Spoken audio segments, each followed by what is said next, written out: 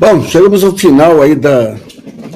Uma bela entrevista aí. O William mostrou-se à altura aí da sua reputação de bom jornalista. Ele cometeu só uma impropriedade quando ele tentou forçar a barra com um suposto déficit primário do Lula no seu último ano de governo. Não houve. Houve um superávit de 2,78% do PIB. Mas como a imprensa só queria jogar para baixo, dizia o seguinte: 2,78 é abaixo dos 3,1 que se esperava. Mas foi uma entrevista muito boa. As perguntas foram...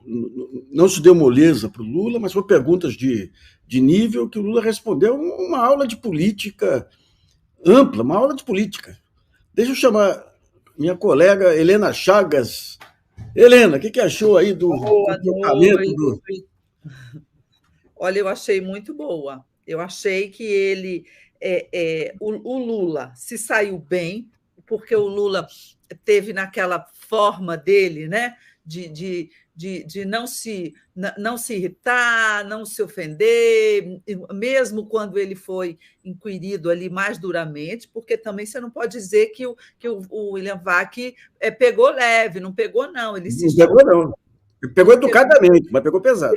Ele foi duro ali naquela parte de corrupção, de Petrobras, ele insistiu muito ali, tipo ferrinho de dentista, né?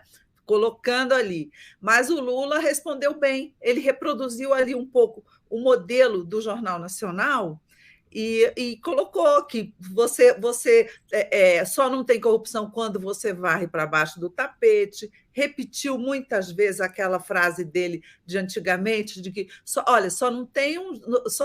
tem um jeito de você não ser punido, não é por corrupção, por malfeitos, é você não fazer malfeitos. Então, ele resgatou isso aí e ele repetiu bastante. Então, eu acho que se saiu bem. Agora, o William Vac também, ele tem aquela ele não é como o William Bonner, né? Você não acha? E a Renata vão fazer a pergunta, fazem aquele tom dramático, bom assim para cima do sujeito, né? Ele é diferente, não é? O Vac assim, é um peixe frio ali, né?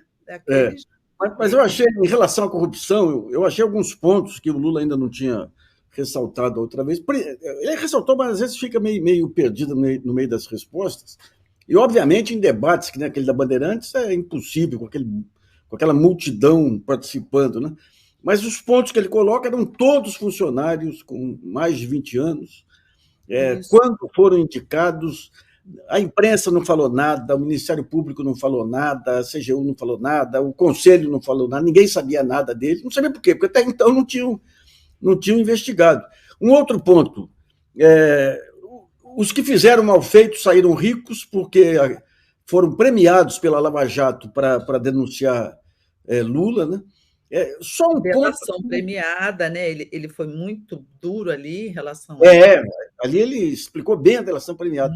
Só tem um ponto que ele não tem sido muito enfático, que é importante, porque ele fala que foi absolvido pela ONU, ele fala do Supremo, mas ele tem que enfatizar que os processos dele não acabaram quando o Supremo tirou do Sérgio Moro.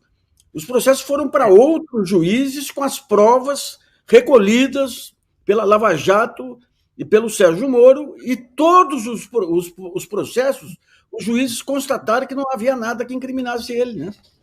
Exatamente, foram outros juízes que arquivaram esses processos à luz daquele material todo que eles acharam insubsistente, né? Você vê, agora, tem uma parte aí da direita, né, do pessoal do antipetismo, que fala assim, não, ele não foi absolvido, o processo foi arquivado por prescrição, por idade, quer dizer, tem sempre essa coisa meio maldosa quando se fala dos processos do Lula, tanto que ele já está tão prevenido contra isso, que a primeira frase que ele falou assim, eu sou culpado de ser inocente, né? É uma frase que ele tem dito em todos os lugares, sou culpado de ser inocente, porque está acontecendo isso. Mas eu acho que ele foi bem nessa parte, ele estendeu, o que ele não pôde fazer, como você falou aí agora, no debate da Bandeirantes, e acho que ele foi pouco agressivo, quer dizer, ele foi agressivo com o Bolsonaro, ele lembrou a questão dos imóveis no começo, e no final ele falou que o presidente autorizou, não é, o tráfico de armas, não é, o armamento da população, o crime organizado. Agora, no final, eu achei muito interessante ele ter terminado dizendo que ele vai ser presidente da República para fazer a paz no país, porque o país precisa de paz, não é para crescer, voltar a crescer. Mas não vem com história de dar perdão para Bolsonaro, não. Tem que deixar o Bolsonaro por conta da justiça aí. Deixa eu pegar um ponto essa, hein, Nassif? Você não achou estranho? Não, o Bolsonaro tem que. O Bolsonaro e a família inteira, que é isso. Isso aí é uma questão. Mas não é ele que vai. Ele não tem que se meter, nem contra nem a favor. Nenhum presidente da República faz isso, nenhum presidente fez isso com ex-presidentes ou com amigos, ou só o Bolsonaro fez isso com o Daniel Silveira, deu aquele indulto. Mas ninguém faz isso. Isso não está na nossa tradição política, né? Deixa eu pegar um outro ponto que o VAC pegou, repetindo os bordões da imprensa, que as empreiteiras só conseguiam os contratos porque praticavam corrupção. Calma. As empreiteiras brasileiras disputavam obras no mundo inteiro com uma baita eficácia.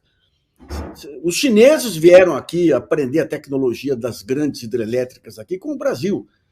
E tem um ponto que é muito pouco explorado. A Petrobras ela tem um departamento que jamais se envolveu com corrupção, que fazia o levantamento prévio do custo das obras para definir o teto de valor.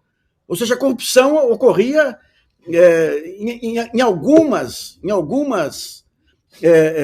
privilégios dados aí pelos diretores da Petrobras, mas jamais superava o preço definido por esses departamentos. Então, dizer que as empreiteiras nossas não tinham condição, que é isso? É um absurdo, é um absurdo. É uma outra narrativa, não é? Que oriunda da Lava Jato, que a Lava Jato conseguiu vender para a mídia toda e para o país, não é? É de que essas empresas eram corruptas e elas tinham que ser extintas e elas tinham que ser demonizadas e que elas só levavam os contratos e elas só estavam tão bem e ganhando tanto dinheiro no Brasil e no exterior porque, em tese, o governo do PT as favoreceria e daria o financiamento para elas. É como você diz, Nassif, elas entravam em concorrências internacionais e ganhavam, inclusive nos Estados Unidos, em vários países, né? Aeroporto, Miami. Pois é, o Odebrecht, né? Pelo porte dessas empresas, pelo tamanho dessas empresas, elas faziam essas obras. E o que ocorreu? A Odebrecht mudou até de nome, né? Imagine o desemprego, né? E foi feito isso também no setor de óleo e gás, e foi feito isso também no setor naval, e no fim ele falou ali 4,5 milhões, né, de empregos que acabaram, e o Lula falou muito claramente: olha, na Coreia, não é, no Japão e na Alemanha, essas grandes empresas onde houve corrupção, porque sempre há, é impossível não haver.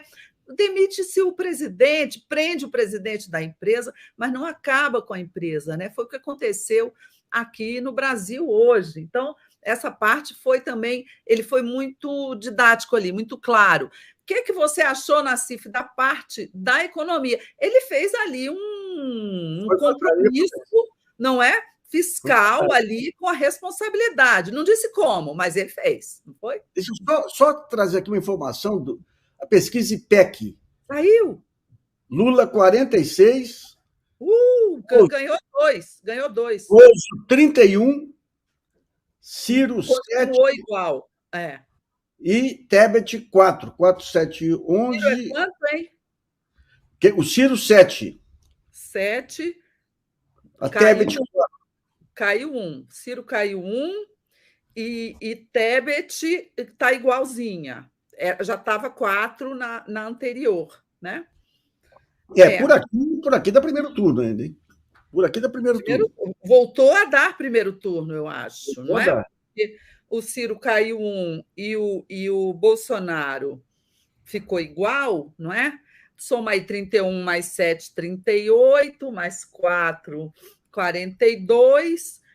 Talvez tenha algum outro que tenha tido um, será? Ué, o candidato do William, lá, como é que chama aquele?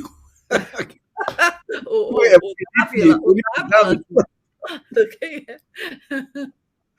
O Brasil é uma piada, uma O piada. Emael, o Dávila ou a Vera Lúcia, não é? Nesse momento. Pegar esse ponto da economia foi muito, muito importante, né? Muito O William importante. veio, a gente tinha previsto aí que ele viria com aqueles bordões liberais, a política monetária, a política fiscal, porque vai ter que aumentar, a política monetária vai ter que aumentar os juros para segurar a inflação, e com isso vai aumentar. E o Lula deixou bem claro as prioridades. Ele falou: você precisa gerar emprego, um ponto que é fantástico, que, infelizmente, a maioria dos economistas, a mídia não sabe, não entende isso. Desculpe a mídia. O jornalismo econômico não entende. É o seguinte: se eu gasto 100 numa obra que vai me gerar um ganho, esse ganho, como é que a obra gera ganho? Aumentando a eficácia, a eficiência da economia, tornando a economia, o transporte mais barato, seja o que for. Isso aí não é déficit, isso aí é investimento. Então, ele colocou que a prioridade dele é gerar emprego, é a volta dos direitos sociais. Ele vai discutir a nova reforma, né, trabalhista, entendendo as mudanças que ocorreram no mercado de trabalho, mas trazendo garantias para os trabalhadores. E essa ideia, se vai construir um ativo que pode ser rentável, você põe recebíveis. O que significa isso? Eu vou fazer uma estrada X. Essa estrada tem um movimento Y.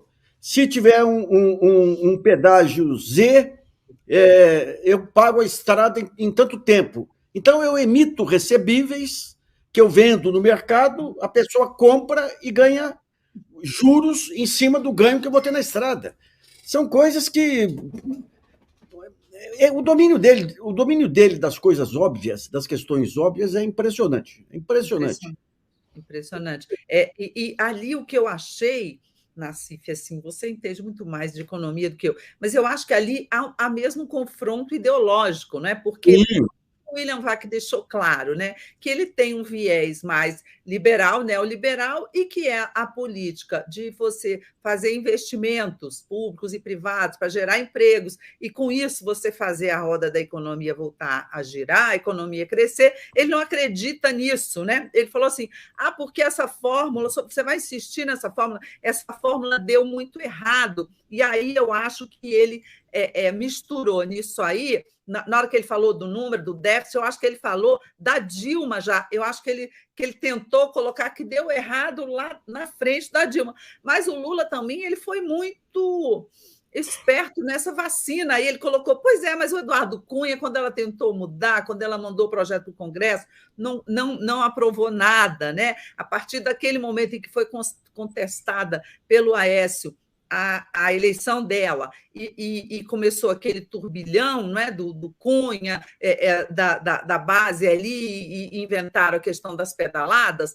Ali você não pode dizer o que ocorreu no governo dela como coisa que ela tenha feito, porque ali ela ficou uma presidente algemada, uma presidente imobilizada, não é, pelo Congresso e por parte da própria base ali do MDB, né? Então, colocou isso também. E tem uma malícia que procuram fazer. Tem um economista que escreve, do Rio, que escreve no Estadão toda vez também.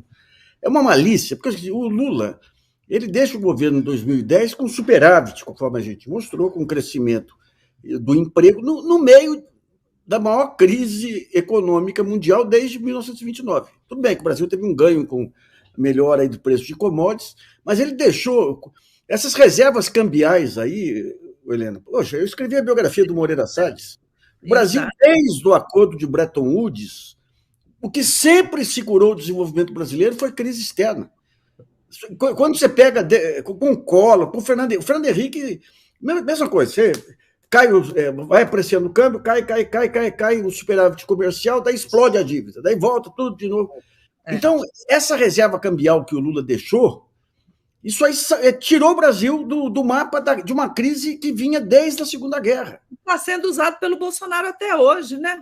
Hoje, só não está pior externamente ali por causa disso, né? Até hoje, sabe? Então nessa questão aí da economia, o que eles fazem então?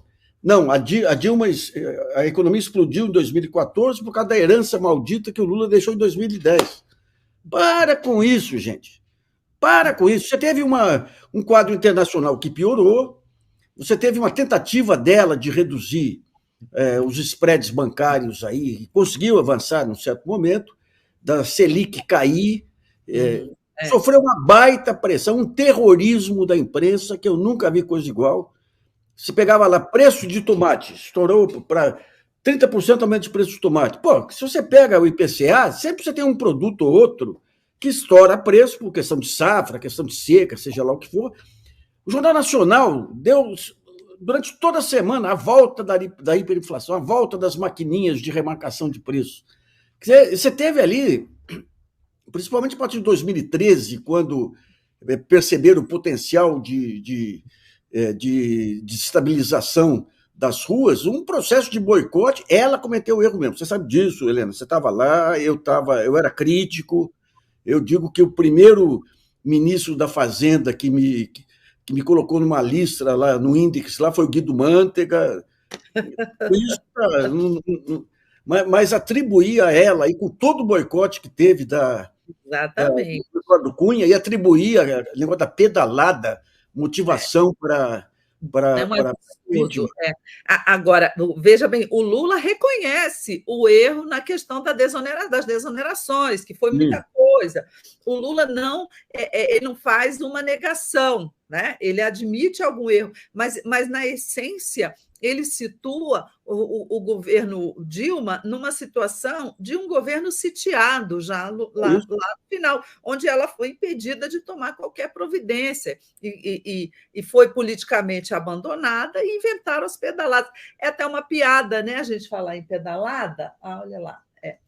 Está dando na TV, né? A gente falar em pedalada com tudo isso que o Bolsonaro fez, né? Com a PEC Kamikaze, né? Com essa injeção de dinheiro que ele está dando na veia do eleitor, não é? Que é uma vergonha, com esse abuso do 7 de setembro, usar a máquina pública a seu próprio favor, né? É curioso como o Bolsonaro veio e parece castigo, né? Parece castigo para o país, parece castigo para as instituições, não é? Você derrubou uma presidente injustamente por pedaladas e aí você teve um outro que chutou tudo, né? Que desmantelou todas as instituições, né? E é bom lembrar que o que ele fala lá, que tentou efetivamente, é 46 a 31, está claro agora aqui o Jornal Nacional.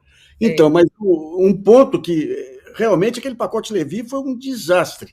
Mas quando tentou consertar ali, daí vem o Eduardo Cunha e o pessoal do Temer lá e boicota tudo, com aquelas pautas bombas deles lá.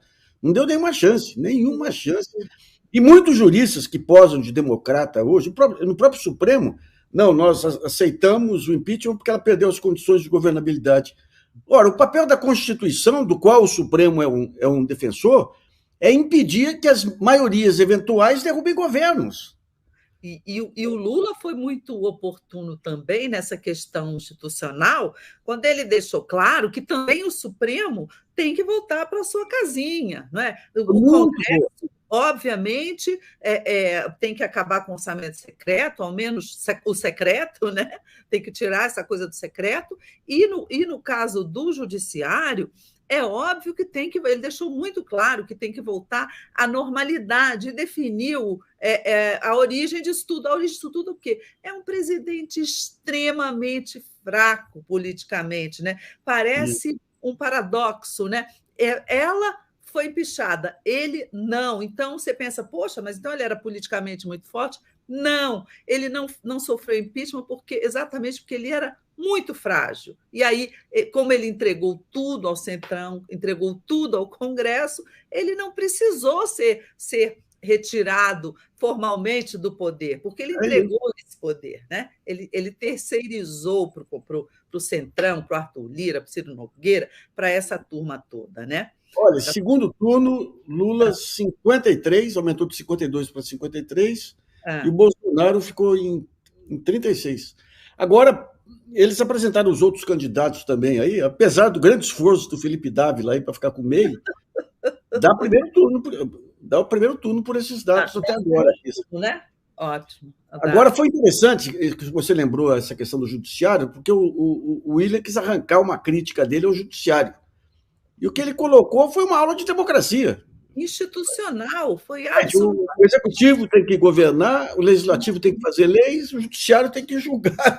Julgar, e deixou claro que passou, ele lembrou, né, que teve até um ministro lá que não deixou ele assumir a Casa Civil da Dilma, ser ministro, mas depois esse mesmo ministro, né, era o Gilmar Mendes, ele não falou o nome, e a gente tem que lembrar que depois esse mesmo ministro, lá na segunda turma, foi um dos articuladores, não é, das ações ali que permitiram a ele ser absolvido e estar concorrendo. Agora, por que o Gilmar faz isso? Vamos pegar o Gilmar. O Gilmar é uma figura muito interessante, porque ele tem uma noção de poder e de Estado que... Você pega o Barroso lá com aquele... É frívolo o Barroso, até coloquei no... Agora, o que faz o Gilmar? O Gilmar atuou politicamente, sim, muito, muito, muito, como um tucano, livrou o Serra, livrou o Aécio, impediu o Lula de tomar posse, mas como ele tem uma visão muito mais sólida do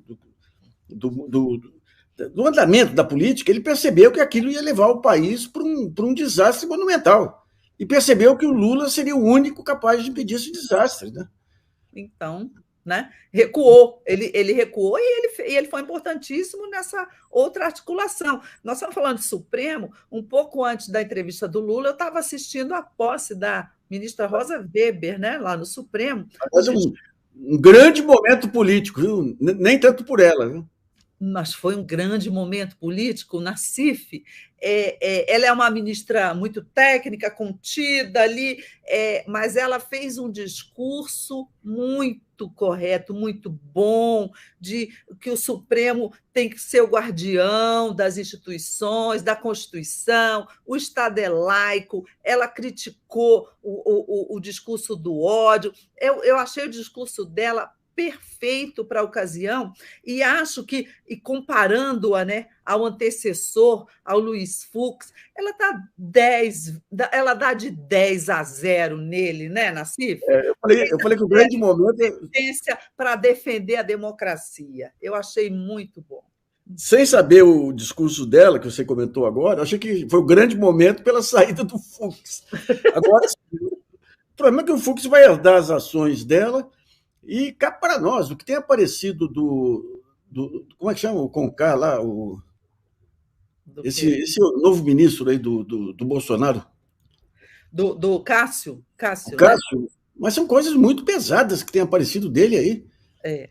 Viagens de avião, de jatinho para assistir jogos lá, de um advogado que foi beneficiado por medidas. Gente, que coisa, rapaz.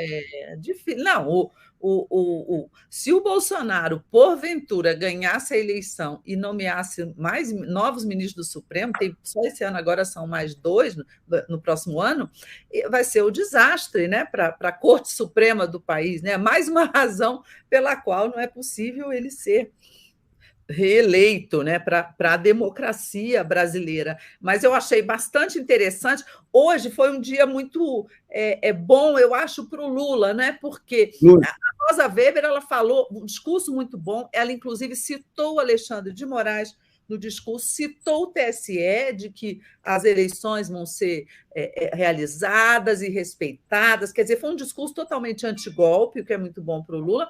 Também hoje ele ganhou o apoio explícito e ostensivo da Marina Silva, né? Isso. Hoje foi o Dia das Mulheres, teve a Rosa, teve a Marina, e aí o que o Bolsonaro resolveu fazer?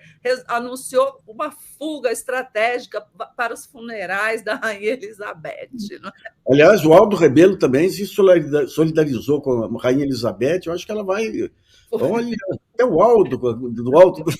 Desculpe, é uma implicância pessoal minha. Deixa eu contar, eu vi no Sensacionalista agora uma piada assim, que o Bolsonaro anunciou que vai para o velório, vai para Londres, e Rainha Elizabeth se arrependeu de ter morrido. Eita vida, engraçado. Eita vida, viu?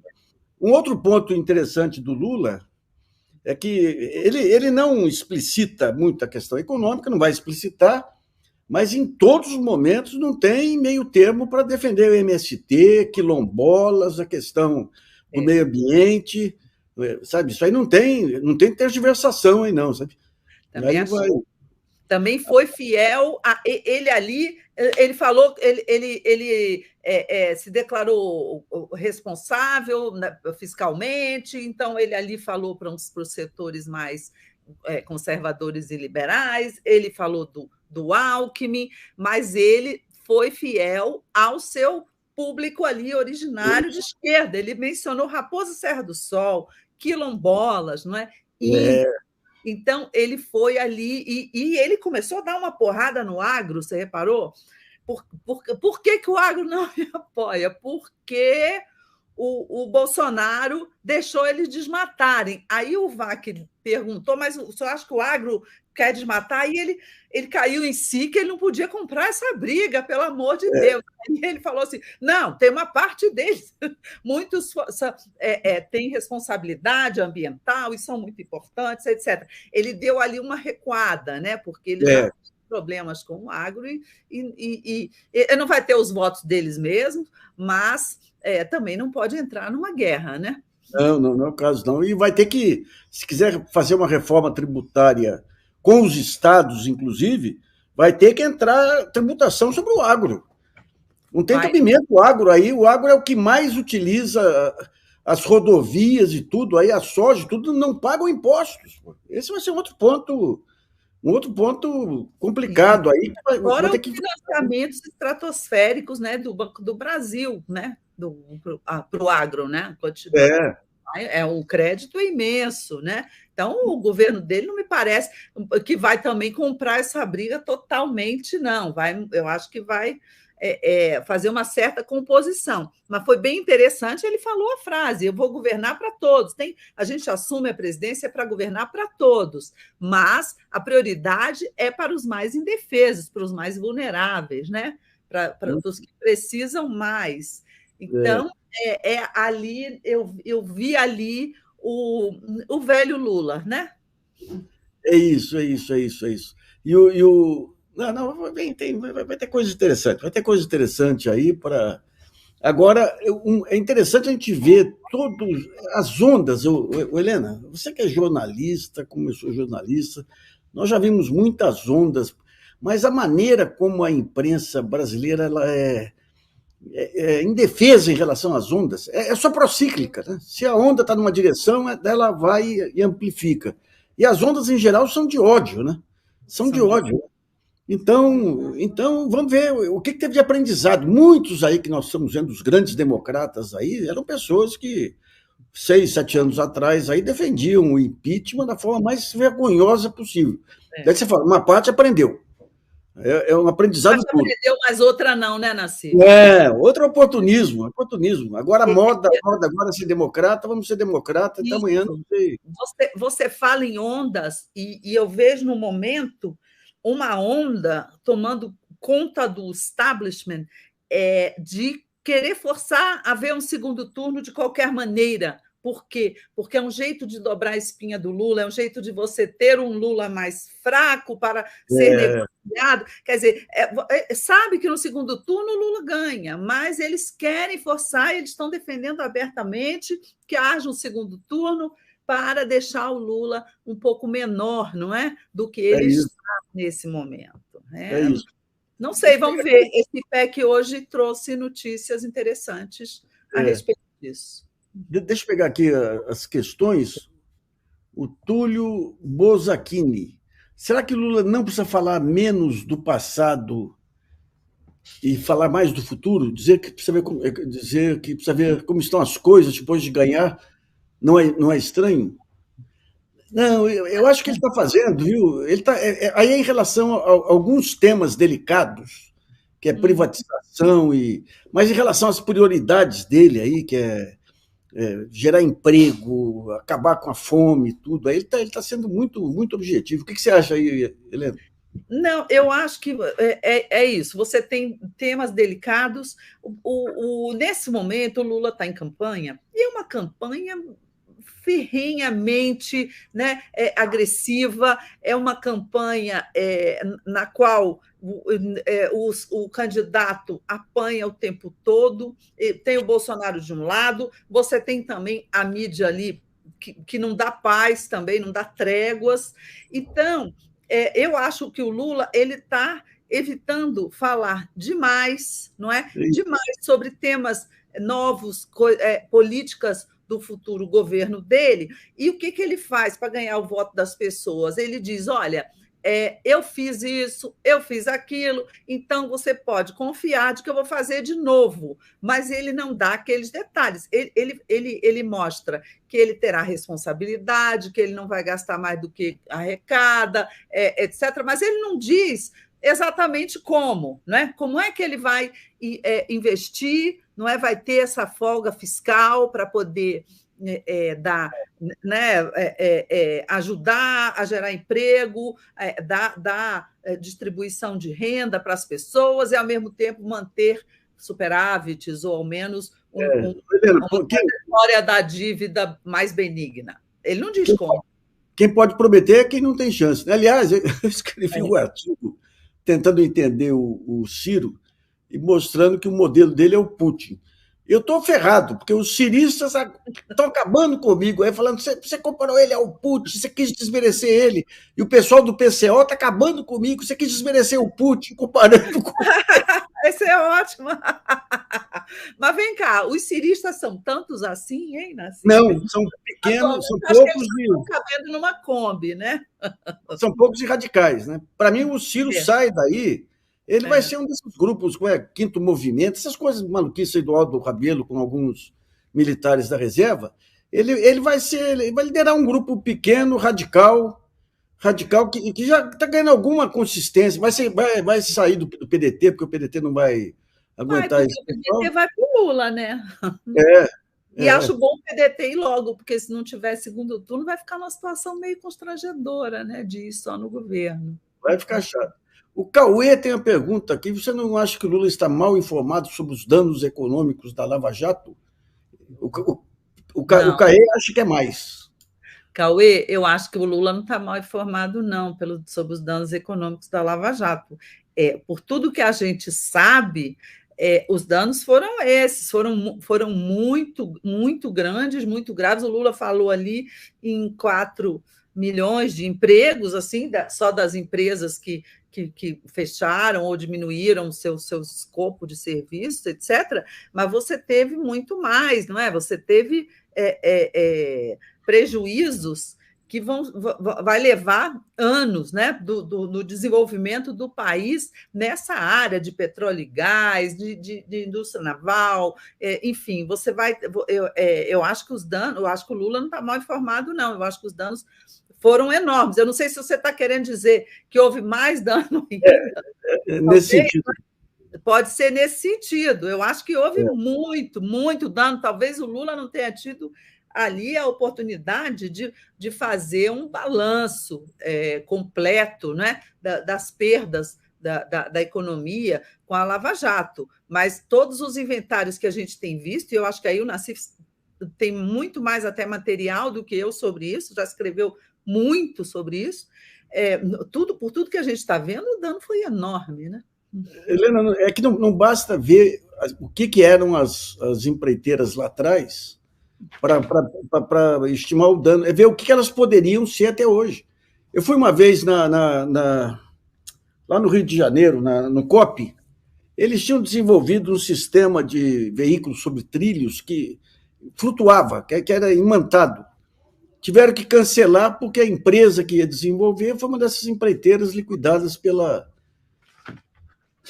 Lava Jato aí. Deixa eu ver o que mais aqui.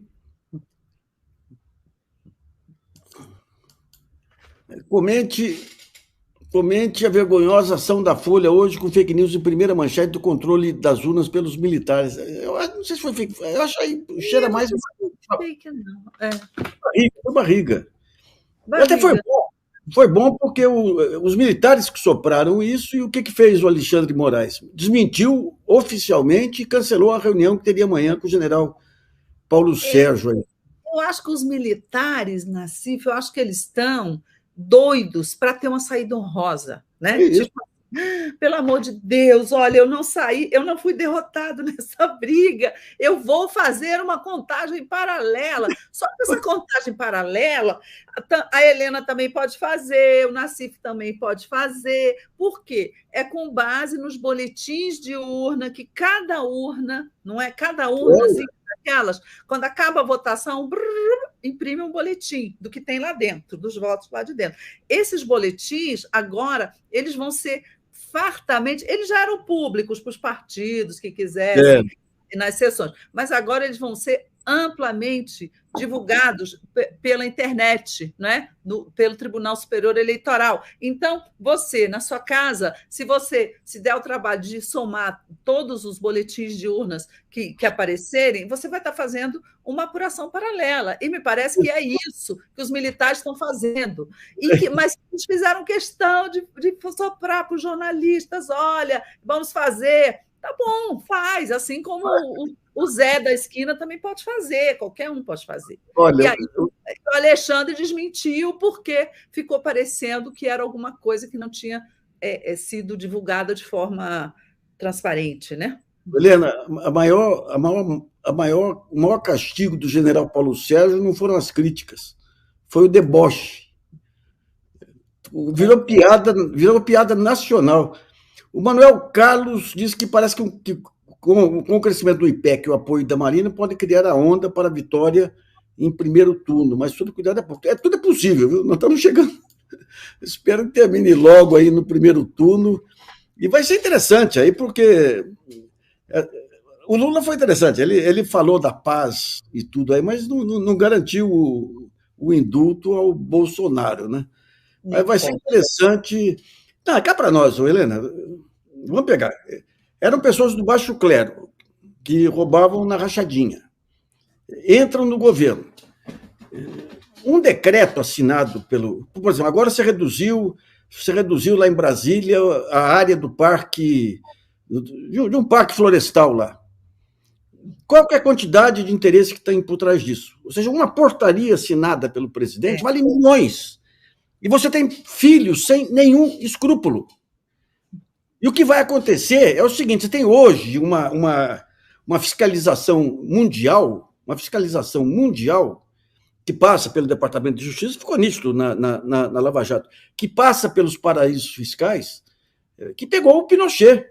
O Pinochet, que era não era uma organização familiar, pegou o exterior. Então, digamos, o que eles acumularam nesse período, olha, rachadinha é pinto. Rachadinha eles precisavam... Por isso que eles guardam o dinheirinho debaixo do colchão, né, Nassif? Compra o imóvel com dinheiro vivo, né? Nossa Senhora, viu? Mas é isso aí. Vamos ficando por aqui. Helena, mais uma vez, muito obrigado aqui por sua participação aqui, seus comentários.